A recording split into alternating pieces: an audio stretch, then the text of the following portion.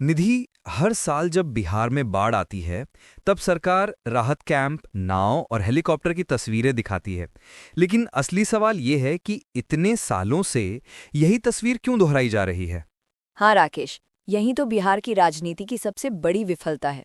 राजद और कांग्रेस के पास मौका था जनता के असली दर्द को आवाज देने का और सत्ता के नाकामियों को उजागर करने का, लेकिन उन्होंने बाढ़ को सिर्फ प्राकृतिक आपदा कहकर छोड़ दिया, जबकि ये पूरी तरह से नीतिगत और प्रशासनिक असफलता का मामला है। देखो निधि, बिहार के 38 में से 28 जिले हर साल बाढ़ से प्रभावित होते हैं। 2024 की बिहार आपदा प्रबंधन विभाग की रिपोर्ट के अनुसार करीब 7 लाख लोग बाढ़ की चपेट में आए थे और 5,000 करोड़ रुपए से ज्यादा का आर्थिक नुकसान हुआ था। लेकिन सबसे चिंताजनक बात यह है कि पिछले 3 सालों में बाढ़ नियंत्रण परियोजनाओं के लिए स्वीकृत 6,500 करोड़ रुपए में से केवल 3,200 करोड़ रुपए ही खर्च हुए। ये आंकड़ा CAG 2023 रिपोर्ट से लिया गया है। इसका मतलब साफ है कि आधा पैसा सरकार ने लागू नहीं किया। और राजद और कांग्रेस, उन्होंने इस मुद्दे को गंभीरता से उठाना छोड़ दिया।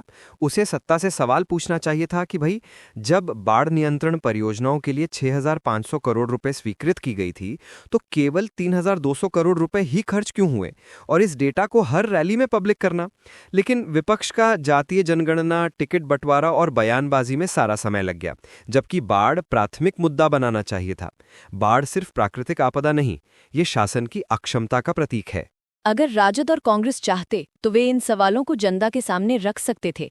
पहला, गंडक, कोसी और बागमती नदी परियोजनाओं के 70% काम अधूरे क्यों हैं? दूसरा, हर साल बाढ़ राहत के लिए आवंटित 500 करोड़ रुपए कहाँ खर्च होते हैं? तीसरा, 2020 में घोषित स्थायी बाढ़ नियंत्रण नीति अब तक लागू क्यों नहीं हुई है? इसके अलावा राजद और कांग्रेस जनता को ये दिखा सकते थे कि यदि वे सत्ता में आए तो हर जिले में फंड ऑडिट टीम बनाएंगे, ड्रेनेज सिस्टम और बांध की निगरानी के लिए नागरिक पैनल बनाएंगे और real time flood monitoring system लागू करेंगे, जैसा कि असम सरकार ने 2022 में शुरू किया था। ये भ्रम है कि बाढ़ केवल गांवों की समस्या है। पटना, दरभंगा और भागलपुर जैसे शहरों में अर्बन फ्लडिंग नई चुनौती बन रही है। 2023 में सिर्फ पटना में 10,000 घर जलमग्न हुए क्योंकि ड्रेनेज सिस्टम अपडेट नहीं था। राजद और कांग्रेस को ये दिखाना चाहिए था कि ये विकास की असमानता का मुद्दा है। इंफ्रास्ट्रक्चर दिखावे का नहीं, जनता की सुरक्षा के लिए होना चाहिए। वास्तव में अब जनता बहाने नहीं मानती। राजद और कांग्रेस के पास social media, press conference, panchayat स्तर के मंच सब हैं।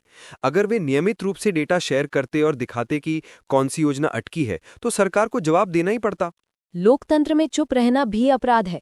राजद और कांग्रेस अगर जनता की आवाज नहीं बनते तो धीरे धीरे लोग राजनीति से भरोसा खो देते हैं। इसलिए 2025 में राजद और कांग्रेस को चाहिए कि वे बाढ़ पर जवाब दो अभियान चलाएं। हर जिले में पब्लिक ऑडिट कराएं, दिखाएं कि कितने रुपए खर्च हुए और क्या नतीजा निकला। साथ ही जन सुनवाई पंचायत शुरू करें, जहां पे लोग खुद बताएं कि उनके गांव में राहत पहुंची या नहीं। यही असली विपक्ष की भूमिका है।